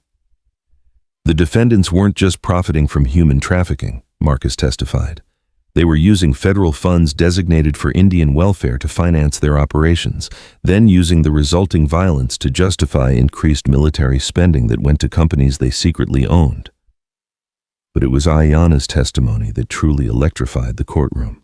Speaking in clear, precise English, supplemented by Chief Nalnish's translation, when emotions overwhelmed her vocabulary, she described her captivity with devastating simplicity. "They tell us we are being civilized," she said, her young voice carrying across the silent courtroom. "They say Apache ways are savage, that we must learn white man's culture. But white man's culture, they teach us, is rape, torture, slavery. They make us hate ourselves, hate our people, so we will not resist." Her testimony was interrupted by sobs from the gallery, not just from Apache observers, but from white settlers who were finally understanding the true scope of what had been done in their name. "But worst thing," Ayanna continued, her voice growing stronger, "is how they make us afraid to trust anyone. Apache afraid of white man afraid of Apache, Mexican afraid of both. Fear makes good business for them." When the defense attorney tried to cross-examine her, suggesting that her testimony was coached or unreliable, Ayanna's response silenced him completely. "You ask if I tell truth," she said, rising from the witness chair with quiet dignity. "Look at my scars. Look at scars of other girls. Look at graves of those who did not survive. Scars do not lie. Graves do not lie. Only men lie." The courtroom erupted in applause that Judge Blackwood allowed to continue for several moments before calling for order. Then came the surprise witness that Marcus had mentioned, former Territorial Governor William Harrison. Harrison was a broken man, his political career destroyed by the revelation of his involvement in the conspiracy. But his testimony was perhaps the most damaging of all, because it revealed the full scope of federal complicity. The operation had backing from Washington, he admitted, his voice barely above a whisper. "Senators, congressmen, even some officials in the Indian Bureau. The profits were too large, the political benefits too obvious. We convinced ourselves we were bringing progress to a backward territory." "What kind of progress?" Prosecutor Williams asked. "Industrial development, mining operations, railroad construction, all of it requiring large amounts of cheap labor and vast tracts of land cleared of inconvenient populations." Harrison looked up at the judge with haunted eyes. "We told ourselves it was manifest destiny, but it was just greed dressed up in patriotic language." The revelations continued for days. Witness after witness described a conspiracy so vast and systematic that it redefined everyone's understanding of recent territorial history. Supposed Apache raids that were actually false flag operations, Mexican bandits who were paid provocateurs. Even some of the cavalry actions against Indian settlements had been orchestrated to drive populations toward the trafficking centers. But the most shocking revelation came from an unexpected source. Jake McKenzie took the witness stand on the fourth day of testimony, his young face bearing the weight of difficult truths. "I need to tell the court about my own involvement in this conspiracy." He began, his voice steady, despite obvious emotion. Sam felt his heart stop. They had agreed to keep Jake's unwitting collaboration secret, but apparently his son had other ideas. 3 months ago, I was approached by Sheriff Crenshaw and offered money in exchange for information about activities on my father's ranch. I was told it was to prevent Apache raids to protect white settlers. I believed him because I wanted to believe him, because it was easier than questioning my own prejudices. Jake's confession sent shockwaves through the courtroom. Here was a respected rancher's son admitting to collaboration with the conspiracy. But the information I provided was used to facilitate attacks on innocent people. My prejudice and my greed made me a tool of the very evil I thought I was fighting against. "What changed your mind?" Prosecutor Williams asked. Jake looked directly at Ayanna, who nodded encouragingly. "I met someone who showed me that courage doesn't have anything to do with the color of your skin. That honor isn't about your heritage, but about your choices. I realized I could either keep being part of the problem or start being part of the solution."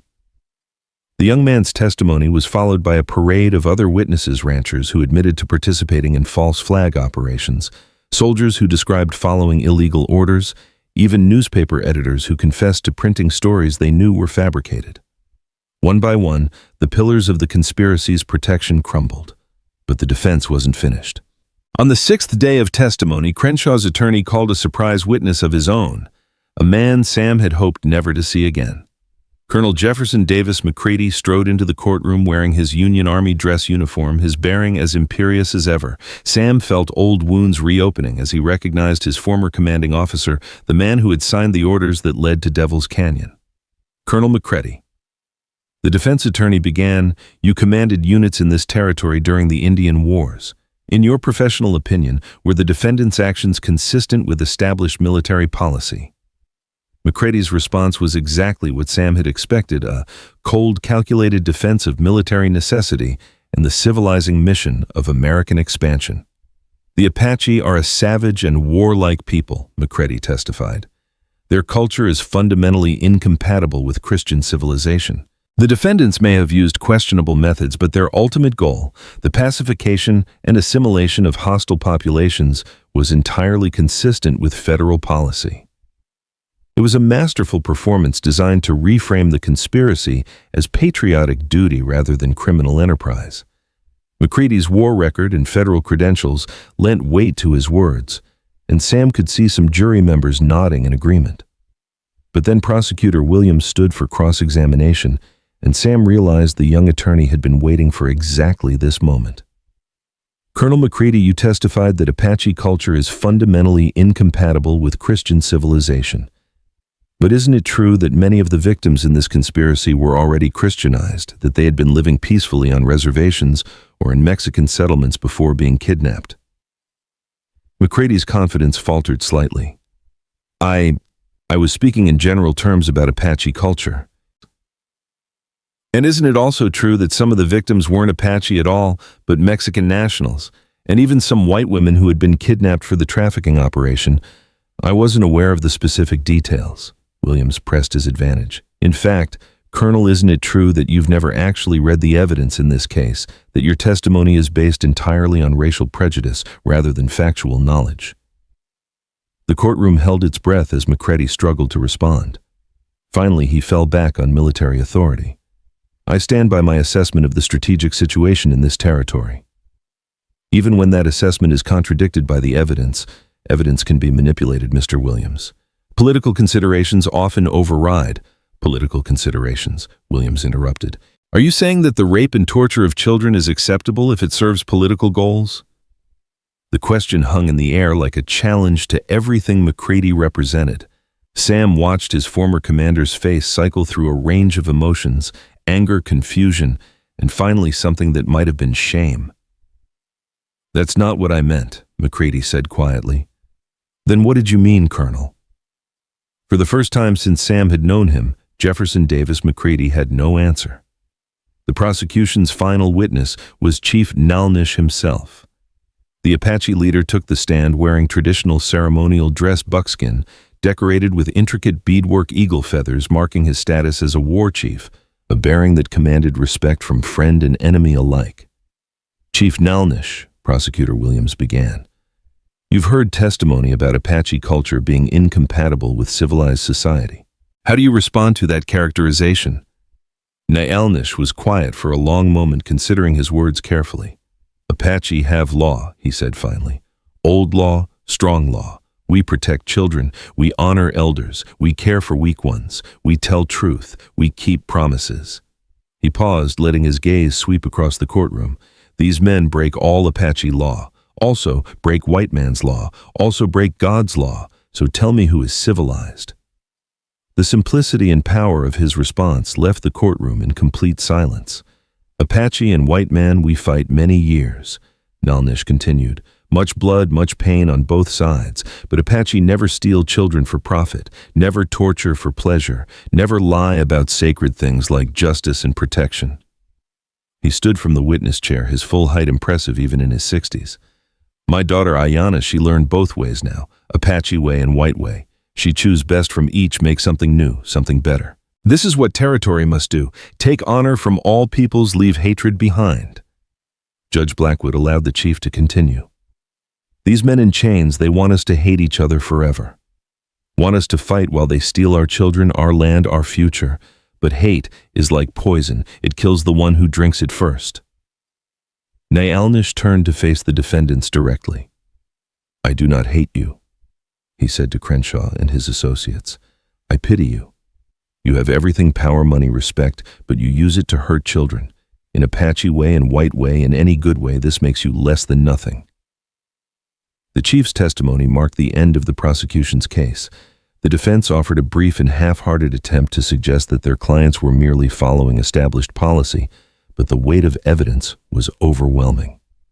Judge Blackwood called for closing arguments on the seventh day. Prosecutor Williams was magnificent, weaving together the various threads of testimony into a compelling narrative of systematic evil disguised as patriotic duty. "The defendants ask you to excuse their crimes in the name of civilization," he told the jury. "But civilization isn't about the color of your skin or the language you speak. Civilization is about how you treat the most vulnerable members of society. By that measure, these men are savages of the worst kind." The defense attorney's closing was perfunctory, clearly recognizing that his case was hopeless. Judge Blackwood's instructions to the jury were brief and pointed. "You must consider not just the guilt or innocence of these particular defendants, but the kind of territory and the kind of nation we want to become. The evidence is clear. The choice is yours." The jury deliberated for exactly 47 minutes. Guilty on all counts. The verdict sent shockwaves through the courtroom and across the territory. Crenshaw and his associates were sentenced to life imprisonment, with several facing the death penalty for murder charges. But more importantly, the trial had exposed a network of corruption that reached all the way to Washington. As the defendants were led away in chains, Sam felt a mixture of satisfaction and sadness. Justice had been served, but it couldn't bring back the victims or undo years of manufactured hatred. Outside the courthouse, the crowd that had gathered was unlike anything Sam had ever seen in the Arizona territory. Apache warriors stood beside white ranchers. Mexican farmers talked with Anglo businessmen. Former enemies were finding common ground in their shared revulsion at what had been done in their names. "So what happens now?" Elizabeth asked as they stood on the courthouse steps watching the sun set over the desert. "Now we rebuild," Sam replied. "Try to create something better than what came before." Chief Naalnish approached with Ayanna at his side. The girl had grown taller during the trial. Sam realized, and there was a new confidence in her bearing, the confidence of someone who had seen justice triumph over evil. "The territorial legislature is meeting next week," Marcus informed them, joining the group. "New laws, new policies, new leadership, and they want representatives from all the affected communities." "Including Apache?" Naalnish asked. "Especially Apache. The federal government is finally ready to try a different approach, treaty partnerships instead of military conquest." It was a radical idea for 1873, but then again the territory had just lived through events that challenged everyone's assumptions about civilization and savagery. "What about the other girls?" Ayanna asked. "The ones still missing?" Marcus smiled. "Federal marshals are following up on Vasquez's information. We've already located 3 more facilities and freed over 60 victims. It'll take time, but we'll find them all." As the group prepared to part ways, Ayanna surprised everyone by speaking up. "I want to start school," she announced. "Real school where Apache children and white children learn together. Learn true history, not lies that make us hate each other." "That's a wonderful idea," Elizabeth said. "I'd be happy to help organize something like that." Sam felt a surge of pride as he watched his adopted daughter take charge of her own future. In the space of a few weeks, she had gone from victim to survivor to advocate for others. "Family dinner tomorrow?" he asked, looking around at the group that had become his extended family. "Wouldn't miss it," Jake replied, and Sam was pleased to see that his son's voice carried no trace of the prejudice that had once poisoned his heart. As they walked away from the courthouse, Sam reflected on the strange turns his life had taken. 3 weeks ago, he had been a bitter, isolated rancher, nursing decades-old grievances. Now he was part of a community that bridged cultures and challenged assumptions. The old Arizona territory was dying, he realized. Something new was being born in its place, something that honored the best traditions of all its peoples while rejecting the hatred and fear that had divided them for so long. It wouldn't be easy. Change never was. But as he watched Ayanna walk between her Apache father and her adoptive white father, her hands linking theirs in a symbol of unity that would have been unthinkable just weeks before Sam McKenzie allowed himself to believe that peace might actually be possible. The desert sky blazed with the colors of sunset gold and crimson and purple, painting the landscape in shades of hope. In the distance, a coyote called to its pack, and somewhere an Apache flute answered with a melody that spoke of survival and renewal. The trial was over. The territory was changed forever. And for the first time in 23 years, Samuel McKenzie was ready to look toward the future instead of dwelling on the past. Justice had come to the Arizona territory at last, and with it, the possibility of something even more precious, peace. 5 years later, spring 1878, the schoolhouse bell rang across the valley with a clear, sweet tone that carried all the way to the McKenzie ranch, where Samuel McKenzie paused in his morning chores to listen. Even after 3 years, the sound still filled him with wonder. The first integrated school in the Arizona territory, Apache, Mexican, and Anglo children learning together in a building that had risen from the ashes of hatred like a phoenix of hope. At 63, Sam moved a little slower than he used to, his joints reminding him of old battles and hard years. But his step was lighter than it had been in decades, his heart unburdened by the hatred that had weighed it down for so long. The silver in his hair caught the morning sun as he leaned against the corral fence, watching his horses graze in the sweet spring grass. Pa. The voice belonged to his youngest son, not by blood, but by choice. Tommy Hartwell McKenzie came running across the yard, his 10-year-old legs carrying him with the boundless energy that only children possessed. Behind him, at a more dignified pace, walked the boy's mother, Dr. Elizabeth McKenzie. Sam still felt his heart skip when he saw his wife of 2 years. At 54, Elizabeth was more beautiful to him than any woman had ever been. Her green eyes bright with intelligence and compassion, her auburn hair touched with silver that only added to her elegance. She wore a simple calico dress and carried her medical bag, always carried her medical bag even when just walking across their own yard. "Samuel McKenzie," she called in that crisp Boston accent that still made him smile. "You promised to help with the school dedication ceremony preparations, not stand around daydreaming." "Yes, ma'am," he replied with mock solemnity, then swept her into his arms despite her protests about propriety. After nearly 25 years of widowhood, he wasn't about to waste a single moment of happiness. "Put me down, you old fool." Elizabeth laughed, but she didn't struggle very hard. "Can't. Doctor's orders. You prescribed daily doses of affection for my advanced age." "I most certainly did not." "Must have been someone else then, another beautiful lady doctor who looks exactly like you." Tommy made exaggerated gagging noises. "You two are worse than the teenagers at school." The comment made them both laugh. At 10, Tommy was wise beyond his years, had to be growing up as the son of the territory's most prominent female doctor and the man who'd helped expose the greatest political scandal in Arizona history. But he was also just a boy with a boy's impatience for adult romance. "Where's Ayanna?" Sam asked, setting Elizabeth back on her feet. "At the schoolhouse already, of course," Tommy replied. "She's been there since dawn, making sure everything's perfect for the ceremony." Sam nodded, pride swelling in his chest. At 21, Ayanna had become the heart and soul of their integrated school, serving as both teacher and cultural bridge between communities that had been enemies just 5 years ago. Her journey from traumatized captive to respected educator still amazed everyone who knew her story. And Jake. "Helping Marcus with the federal marshals who came in for the ceremony," Elizabeth replied. "Apparently there are some important people coming from Washington." The mention of federal attention still made Sam nervous. The corruption trial had sent shockwaves all the way to the nation's capital, resulting in congressional investigations and the resignation of several high-ranking officials. While justice had been served, the political ramifications were still unfolding. They walked together toward the schoolhouse, Tommy running ahead to join the other children who were already gathering for the dedication ceremony. The building itself was a marvel, not just because of what it represented, but because of how it had been built. Apache craftsmanship blended with Mexican adobe techniques and Anglo engineering, creating something that was uniquely beautiful and entirely functional. The idea had come from Ayanna herself, proposed during one of the family dinners that had become a weekly tradition. "If we truly want peace," she had said, "we must start with the children. teach them to see each other as human beings, not enemies. It had taken 3 years to make the dream reality. Opposition from federal bureaucrats, territorial politicians, and prejudiced citizens on all sides had been fierce.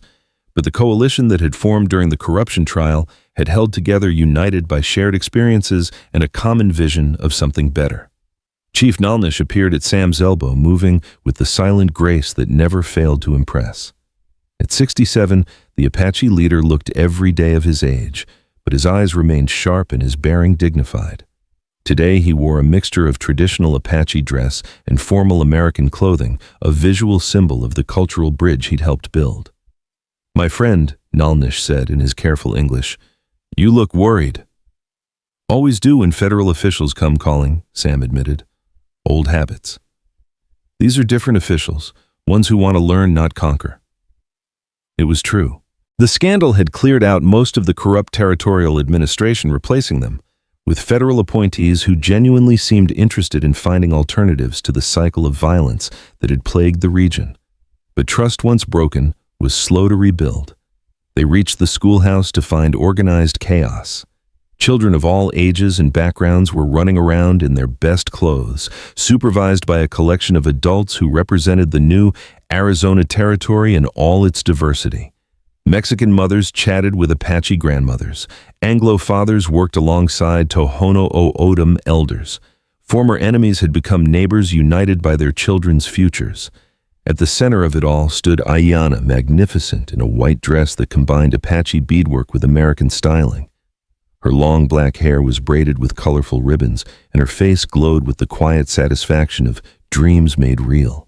She was directing the final preparations with the calm authority that had made her one of the most respected young women in the territory. "Grandfather Sam!" A young voice called out, and Sam turned to see Maria Vasquez running toward him. The 12-year-old girl was one of the trafficking survivors they'd rescued from the mission, now thriving under the care of her adoptive family. Her smile could light up the darkest day. "Maria Niña," Sam replied in his slowly improving Spanish. "You look beautiful today." The girl beamed and spun around to show off her new dress.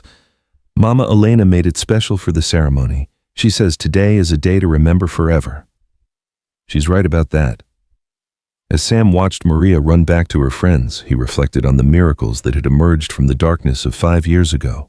63 girls had been rescued from various trafficking facilities across the territory.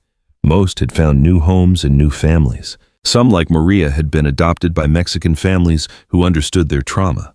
Others had returned to Apache communities that welcomed them with open arms. A few had even been taken in by Anglo families who saw past skin color to the human beings beneath. Not all the stories had happy endings. Some girls had been too damaged by their experiences to fully recover. Others had simply vanished, probably murdered by their captors before rescue could arrive. But the survivors had become living testaments to the power of human resilience and the possibility of healing. "Samuel." The voice belonged to Marcus Delacroix, who approached with 3 men in federal uniforms. At 42, Marcus had found peace with his past and purpose in his work as a federal marshal specializing in human trafficking cases. His French accent had softened over the years, but his commitment to justice remained absolute. "Gentlemen," Marcus continued, "I'd like you to meet Samuel McKenzie, the rancher whose courage started this whole transformation." The federal officials were exactly what Sam had learned to expect from the new administration: younger men with university educations and genuine idealism sent west to implement progressive policies rather than line their own pockets. They shook his hand with obvious respect, and their questions showed real interest in understanding what had worked in Arizona. "Mr. McKenzie," the eldest of them said, "I'm Undersecretary Harrison from the Bureau of Indian Affairs. We've read all the reports, of course, but we wanted to see the results firsthand. What you've accomplished here, it's unprecedented." "Wasn't just me," Sam replied automatically. "Took everyone working together. That's exactly what makes it so remarkable. The integration you've achieved here, educational, economic, social, it's precisely what we're hoping to replicate in other territories." The comment made Sam nervous. "This isn't some kind of program you can just copy and paste, Mr. Harrison. It grew out of specific circumstances, specific relationships. You try to force it from Washington, you'll destroy everything we've built." "We understand that," Harrison assured him.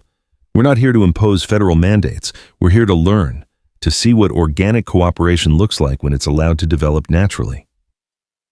Before Sam could respond, the schoolhouse bell rang again, this time calling everyone to gather for the dedication ceremony. They made their way to the front of the building, where a small platform had been erected. The crowd that assembled was remarkable, easily 300 people representing every community in the territory. Jake McKenzie stepped up to the platform, first his role as master of ceremonies, a recognition of how much he'd grown since that terrible morning 5 years ago. At 33, Jake had become one of the territory's most respected civic leaders, his transformation from prejudiced young man to bridge builder, inspiring others to examine their own assumptions. Friends, neighbors, family. Jake began, his voice carrying clearly across the gathering. 5 years ago, this valley was a place of division and fear. Apache and Anglo-Mexican and American, all of us trapped in cycles of hatred that served no one except those who profited from our conflicts. He paused, his eyes finding his father in the crowd. It took a crisis to wake us up. It took the courage of people like my sister Ayanna to show us a different path, and it took the wisdom of leaders like Chief Nalnish to help us find our way toward something better. The crowd murmured agreement, heads nodding throughout the assembly. Today we dedicate not just a school building, but a commitment to the future. A promise that our children will grow up knowing each other as neighbors rather than enemies, that they'll learn from the best of all our traditions while creating something new and uniquely their own. Ayanna stepped forward next, and Sam felt his throat tighten with emotion. The traumatized 16-year-old girl who had stumbled bleeding through his door had become this poised, articulate young woman who commanded respect from all who knew her. When I was a child, Ayanna began her English, now flawless, but still touched with the rhythm of her native tongue. My grandmother told me stories about the time before the fighting, when Apache and Mexican and white people sometimes traded and learned from each other. I thought those were just stories, dreams of an impossible world. Her voice grew stronger as she continued. But dreams can become real if enough people believe in them. This school exists because people from all our communities decided that our children's futures were more important than our past grievances, because we chose to plant seeds of understanding instead of harvesting crops of hatred. The metaphor was perfect, Sam thought. In the desert, seeds could lie dormant for years, waiting for the right conditions to sprout. But when rain finally came, the barren landscape could explode into bloom almost overnight. Chief Nalnish spoke next, his words translated by his granddaughter for those who didn't understand Apache. His speech was brief but profound, speaking of the responsibility all adults had to create a world worthy of their children's dreams. Then came the surprise that Marcus had hinted at earlier. Undersecretary Harrison stepped forward with an official document bearing federal seals and ribbons. By order of President Rutherford B. Hayes, he announced, the Arizona Territorial Integrated Education Initiative is hereby designated as a model program for peaceful coexistence and cultural cooperation. Furthermore, federal funding is allocated to support similar programs throughout the Western Territories. The crowd erupted in cheers, but Sam felt a chill of concern. Federal involvement, however well-intentioned, could easily destroy the delicate balance they'd achieved. As if reading his thoughts, Harrison continued. This designation comes with no federal mandates and no bureaucratic oversight. The funding is available to any community that chooses to follow Arizona's example, but the implementation must come from local initiative, just as it did here. That was better. Sam began to relax slightly. The formal ceremonies concluded with the children themselves taking center stage.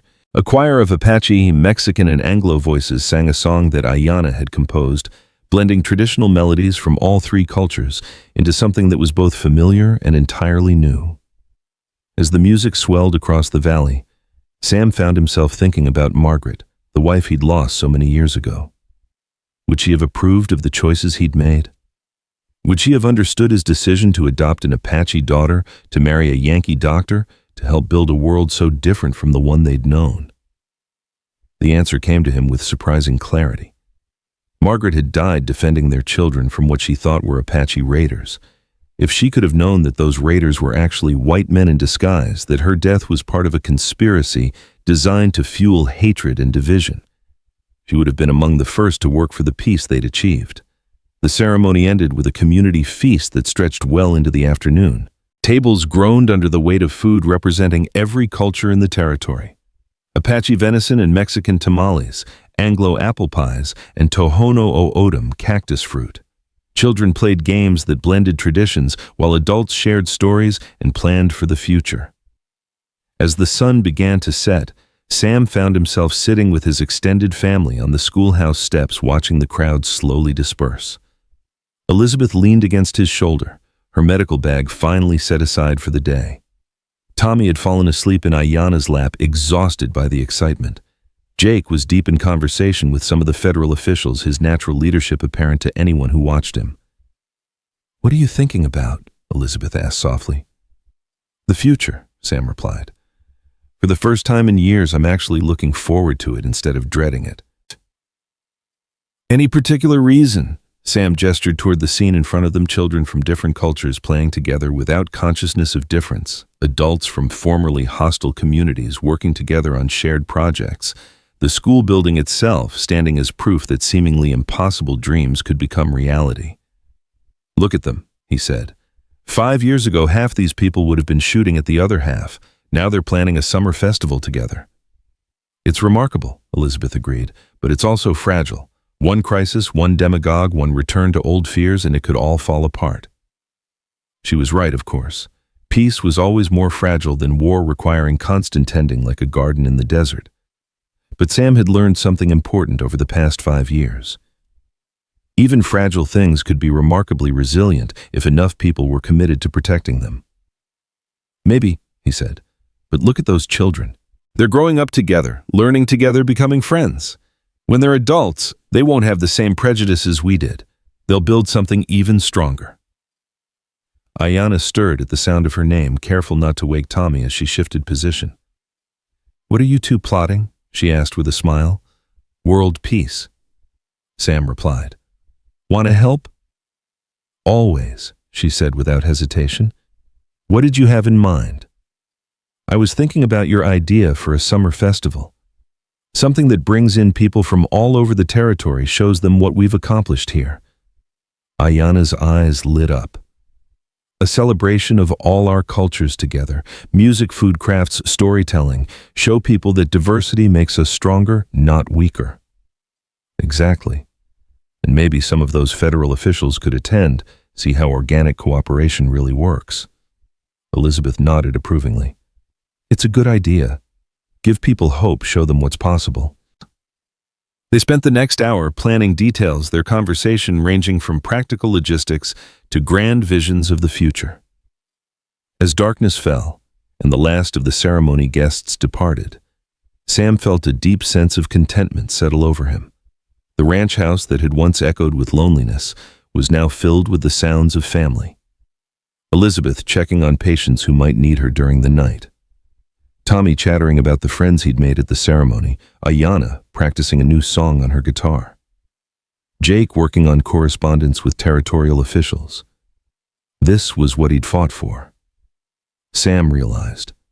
Not vengeance against those who had wronged him, not victory over ancient enemies, but simply the chance to build something good and lasting. The chance to create a legacy of peace instead of perpetuating cycles of violence. As he prepared for bed, Sam paused at the window of his bedroom to look out over the valley. In the distance, he could see lights in Apache camps and Mexican settlements and Anglo homesteads and mining operations. 5 years ago, those lights had represented isolated communities separated by fear and suspicion.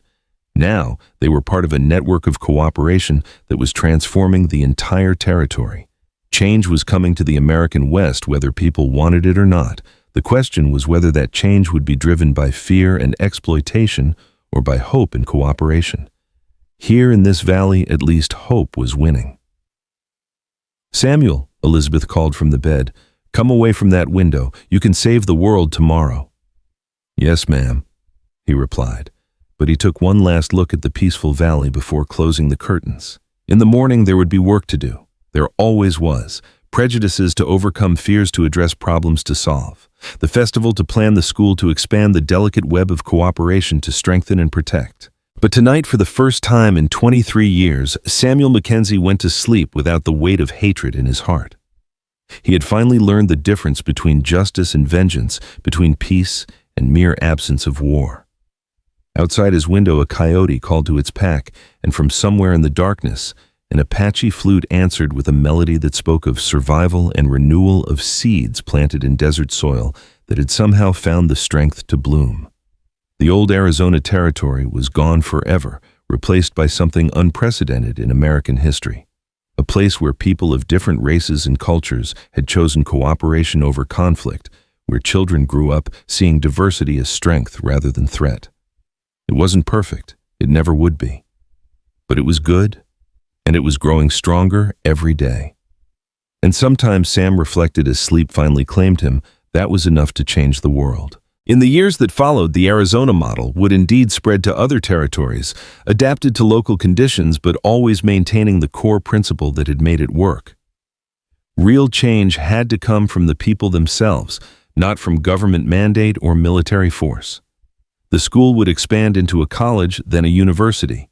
The summer festival would become an annual gathering that drew visitors from across the nation and around the world. The children who grew up in that integrated community would become leaders who carried its values far beyond the Arizona territory. And in Washington, politicians and bureaucrats would study the Arizona miracle, trying to understand how a place that had been synonymous with racial violence had become a symbol of peaceful coexistence. The answer was simpler than they imagined. When people finally chose to see each other as human beings rather than enemies, almost anything became possible. Even peace. Author's note. The story of Samuel McKenzie and Ayanna is fiction, but it was inspired by real events and real people who chose courage over fear, hope over hatred during one of the most turbulent periods in American history. Their legacy reminds us that change is always possible, but it requires ordinary people to make extraordinary choices. In the end, that's what heroes really are. Not perfect people, but imperfect people who choose to do the right thing when it matters most. And in the Arizona territory of 1878, as in our own time, that choice made all the difference.